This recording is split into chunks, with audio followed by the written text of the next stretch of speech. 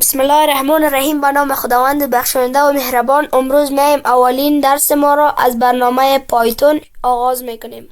چیست؟ پایتون یک توسط گواید و انروسم در سال 1991 منتشر گردید. کاربردهای پایتون: توسعه وب یا وبسایت، توسعه نرم افزار یا سافت‌ویر، انجام محاسبات ریاضی و کار با داده ها، اسکریپت نویسی با سیستم. قابلیت ها: ساخت برنامه های وب و نرم افزار، اتصال با پایگاه داده و کار با فایل ها، پردازش داده های بزرگ و محاسبات پیچیده، مناسب برای نمونه سازی سریع و پروژه های واقعی. چرا پایتون را استفاده کنیم؟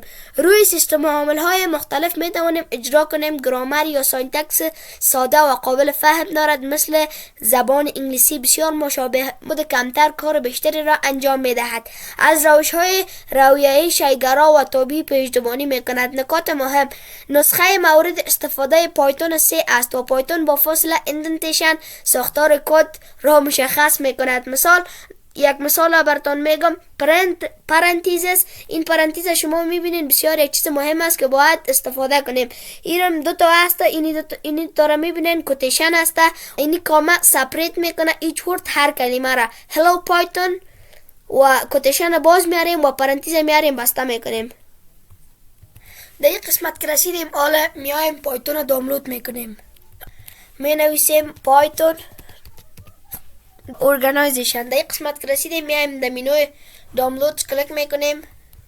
در اینجا انتخاب میکنیم که پایتون 3.14 و در این قسمت که رسیدیم برنامه که ما شما زیادش کار میکنیم VS Code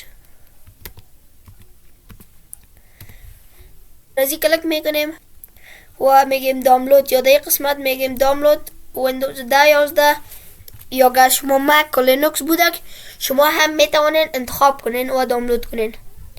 و در این قسمت که شما او را دانلود کردین ما میایم در ویس کد خودم نوشته میکنم. در این قسمت یک فولدر میسازیم. ما ساختم به نام پایتون کلاس. شما میتونین یک فولدر بسازین.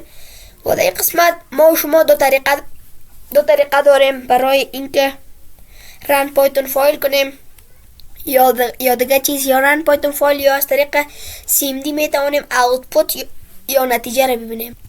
این یک متن نوشته کردیم مثلا hello this is my first program in Python. در این قسمت در این سرچش نوشته میکنیم